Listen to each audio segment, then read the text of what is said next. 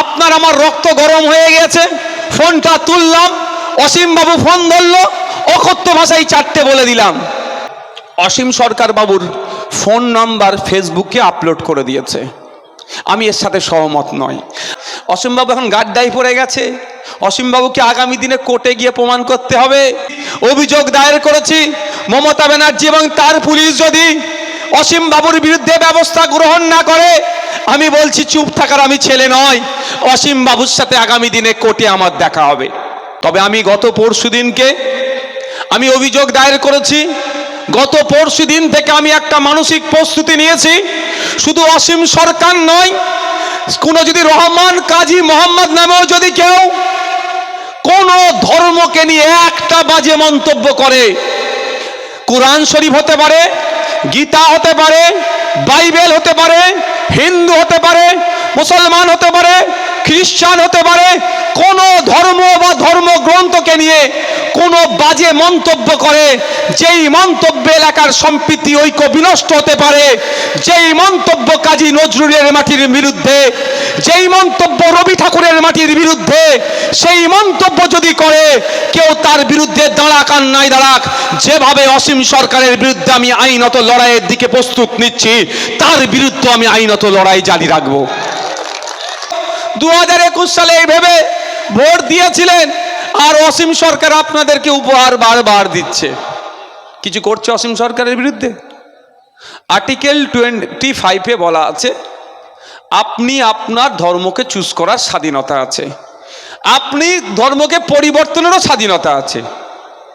জোর করে পরিবর্তন করলে আইনের বিরুদ্ধে, জোর করে পরিবর্তন আইনের বিরুদ্ধে। কিন্তু আজকে আপনি একটা ধর্মে আছেন, মনে করছেন এই ধর্মটা থেকে ওই ধর্মটা আমার ভালো লেগেছে, আপনি যেতে পারেন, স্বাধীনতা দিয়েছে আর্টিকেল 25। আপনি যে ধর্মে আছেন, ধর্মীয় রীতি অনুযায়ী আপনি আচার অনুষ্ঠান করতে পারেন এবং আপনি আপনার ধর্মের প্রচারও করতে পারেন। আর্টিকেল 25 আপনাকে স্বাধীনতা দিয়েছে। সেই জায়গায় কি করছে অসীম বিশ্বাস, অসীম সরকার বাবু এক প্রকার দাঙ্গা লাগাবার উপক্রম করে দিল। এর মধ্যে প্রচুর বড় কাহিনী আছে। শুভেন্দু অধিকারীর এখন খাল কেটেছিল, গর্ত খুঁড়েছিল মুসলমানকে ফেলার জন্য, শুভেন্দু অধিকারী এখন নিজেই পড়ে গিয়েছে। মতুয়া ভাইদের সাথে ইনজাস্টিস হচ্ছে, মতুয়া ভাইরা চিৎকার করছে, আর মতুয়া ভাইদের পাশে কেউ থাকুক আর নাই থাকুক, নওশাদ সিদ্দিকী খামচিহ্ন থাকবে, বিশ্বজিৎ দ্বারা থাকবে, তাপস ব্যানার্জিরা থাকবে, আমরা অনেক আগে বলে দিয়েছি। সেই জন্য মাইন্ডকে ডাইভার্ট করতে হবে, অসীম সরকারকে দিয়েও কথা বলিয়ে দিল। এখন হই হচ্ছে। আপনারা 2021-এ রাজ্যের মানুষ বিজেপিকে আটকানোর জন্য তৃণমূলকে ভোট দিয়েছিল। ভাঙড়ের মানুষ আজকে বলছে যে আমরা ঠিক করেছি, রাজ্যের অন্য প্রান্তের মানুষ ভুল করেছিল, তাই তো নাকি?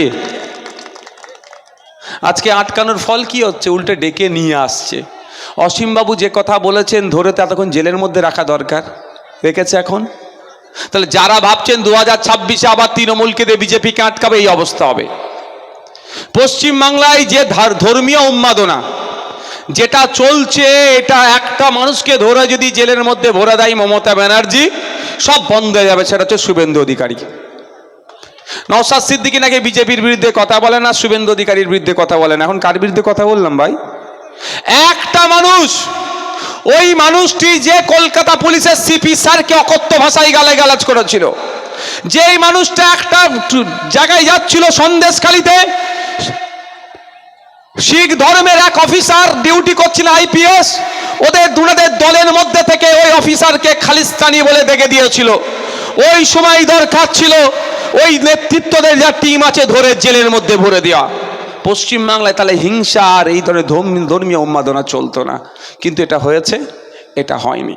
তবে আমি গত পরশুদিনকে আমি অভিযোগ দায়ের করেছি, গত পরশুদিন থেকে আমি একটা মানসিক প্রস্তুতি নিয়েছি, শুধু অসীম সরকার নয়, কোনো যদি রহমান কাজী মোহাম্মদ নামেও যদি কেউ কোন ধর্মকে নিয়ে একটা বাজে মন্তব্য করে, কুরআন শরীফ হতে পারে, গীতা হতে পারে, বাইবেল হতে পারে, হিন্দু হতে পারে, মুসলমান হতে পারে, খ্রিস্টান হতে পারে, কোন ধর্ম বা ধর্মগ্রন্থকে নিয়ে কোনো বাজে মন্তব্য করে, যেই মন্তব্য এলাকার সম্প্রীতি ঐক্য বিনষ্ট হতে পারে, যেই মন্তব্য কাজী নজরুলের মাটির বিরুদ্ধে, যেই মন্তব্য রবি ঠাকুরের মাটির বিরুদ্ধে, সেই মন্তব্য যদি করে কেউ তার বিরুদ্ধে দাঁড়াক আর নাই দাঁড়াক, যেভাবে অসীম সরকারের বিরুদ্ধে আমি আইনত লড়াইয়ের দিকে প্রস্তুত নিচ্ছি, তার বিরুদ্ধে আমি আইনত লড়াই জারি রাখবো।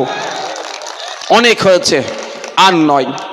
অনেক সহ্য হচ্ছে, আর নয়। কোনো ধর্মগ্রন্থের বিরুদ্ধে, কোনো ধর্মের বিরুদ্ধে যদি কোনো মন্তব্য করে, যে কোনো ধর্ম বর্ণ হোক না কেন, আমি আগে তার বিরুদ্ধে আইনত লড়াই যাব। তবে একটা কথা বলি, আমি দেখছিলাম অসীম সরকার বাবুর ফোন নাম্বার ফেসবুকে আপলোড করে দিয়েছে। আমি এর সাথে সহমত নয়। আবার এটা কেউ কাটিং করে দেখবেন, বলতে পারে নওশাদ সিদ্দিকীর কষ্ট হচ্ছে ওই জন্য বলছে সহমত নয়। কেন সহমত নয় সেটাও বলছি। কুরআন শরীফকে অবমাননা করেছে।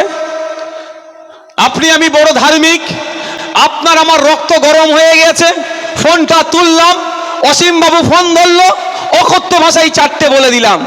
ক্ষতি কার হলো? অসীম বাবু কালকে গিয়ে আপনার নামে ডায়েরিটা করে দিল, এফআইআরটা করে দিল, তাহলে সাকসেস হয়ে গেল তো।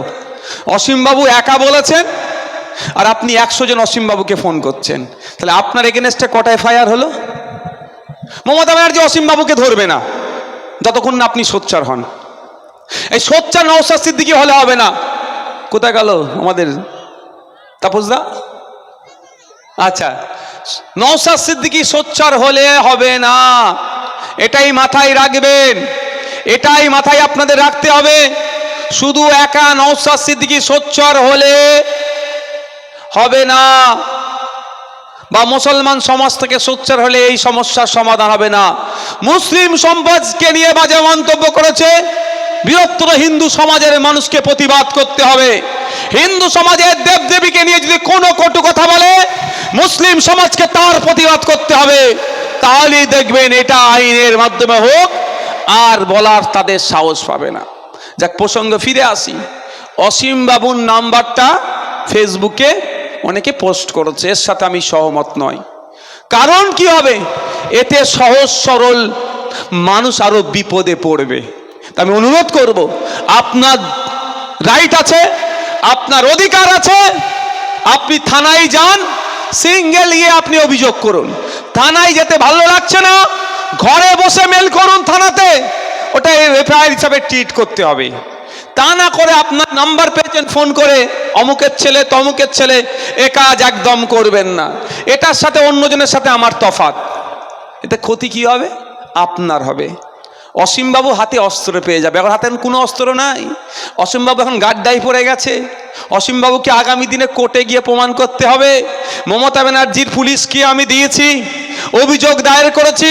মমতা ব্যানার্জি এবং তার পুলিশ যদি অসীম বাবুর বিরুদ্ধে ব্যবস্থা গ্রহণ না করে, আমি বলছি চুপ থাকার আমি ছেলে নয়। অসীম বাবুর সাথে আগামী দিনে কোর্টে আমার দেখা হবে। কিন্তু ওই কোর্টে দেখা হওয়ার আগে আরো 50-100 জনের সাথে যদি অসীম বাবু কোর্টে দেখা করে নাই, তাহলে তো লস আপনারই হলো। এটা বুকামু ছাড়া আমার মনে হয়, এটা আমার মতামত, এটা না দেওয়াই, বুকামু বললে আবার অনেক কথা হয়ে যাবে, এটা না দেওয়াই উচিত ছিল। কারণ মানুষ রক্ত গরম, ফোন করে দুটো খারাপ ভাষা বলে দিলে কি হবে? বলুক আর নাই বলুক, অভিযোগ তো করবে থানাতে, তাহলে আপনার ক্ষতি হবে। তা আপনার রক্ত ফুটছে আমিও বুঝতে পারছি, ওই রক্ত ফুটাটাকে সঠিকভাবে কাজে লাগান। রক্ত ফুটছে মানে ফোন তুলেই চারটে কড়া ভাষা বলে দেওয়া না, এটাকে নয়, কন্ট্রোল করুন। যদি আপনার নিজের প্রতি না নিজের কন্ট্রোল থাকেন, আপনি সুস্থ মস্তিষ্কের মানুষ। আমারও রাগ হয়ে যায়, কিন্তু কন্ট্রোল করতে হবে। আর এটা ধর্মীয় বিষয়। আপনাকে একটা চর মেরেছে, মেরে দিয়েছেন, বা মারতে এসছে, আপনি ঢুকেছেন। আইপিসি 37 মনে হয় আছে, এখন মনে হয় বিএনএস 37 হয়ে গিয়েছে।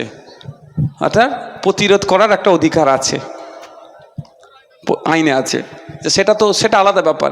কিন্তু এখানে ধর্মীয় বিষয়। আপনিও যদি উন্মাদনা ছড়ান, তাহলে আপনার ধর্মকে নিয়ে তো আরো খারাপ কথা বলবে। তাহলে আপনাকে ঠান্ডা মাথায় এর বিহিত করতে হবে। তাই বলছি আবারও, ওই অসীম বাবুর নাম্বার ফেসবুকে দিয়েছে বলে আপনারা ফেসবুকে বেশি নাম্বারে ফোন করার প্রয়োজন নাই। আপনারা সরাসরি অসীমবাবুর নামে ওই বক্তব্যটা নিয়ে ঘরে বসেই, আপনার হাতে অ্যান্ড্রয়েড সেট আছে, একটা করে থানায় অভিযোগ করে দিন। নাহলে থানাতে আপনি সিঙ্গেল গিয়ে অভিযোগ করুন, থানা আপনার অভিযোগ নিতে বাধ্য। মাথায় থাকবে ভাই, ভুল পদক্ষেপ নেবেন না, ক্ষতি ছাড়া ভালো হবে না।